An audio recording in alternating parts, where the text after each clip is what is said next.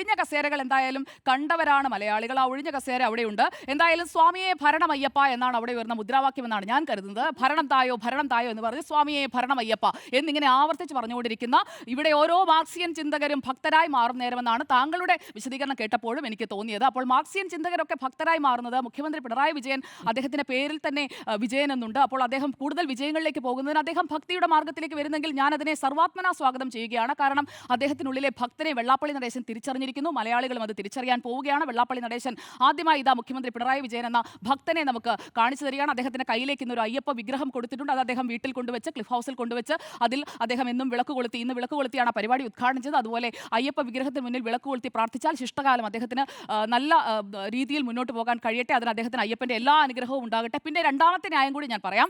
തണുപ്പ് കൂടുതലായതുകൊണ്ട് എല്ലാവരും എഴുന്നേറ്റ് പോയി. കല്ലും മുള്ളും ചവിട്ടി കാനന പാതയിലൂടെയും അല്ലാതെയും ശബരിമല അയ്യപ്പനെ കാണാൻ പോകുന്ന വൃശ്ചികം, ധനു മാസങ്ങളിലാണ്. ഏറ്റവും കൂടുതൽ തണുപ്പുള്ള മാസത്തിൽ മണ്ഡല മകരവിളക്ക് തീർത്ഥാടനത്തിന് പോകുന്നവർ AC-യുടെ തണുപ്പ് കാരണം എഴുന്നേറ്റ് പോയത്രേ. എന്തൊരു ന്യായമാണ്! ന്യായം പറയുന്നതിന് ഒരു എന്തെങ്കിലും ഒരു ലോജിക്ക് വേണ്ടേ? AC-യുടെ തണുപ്പ് കൂടുതലായതുകൊണ്ട് മാഡം ന്യായം അവിടെ പറഞ്ഞു കേട്ട ന്യായമാണ്. അവിടെ കേട്ട ബൈറ്റാണ്. അവിടെ ഇത് ഭീമൻ രഘു മറ്റേ എഴുന്നേറ്റ് നിന്ന് ന്യായീകരിക്കുന്ന അല്ല, നമ്മുടെ തന്നെ പറയട്ടെ അല്ല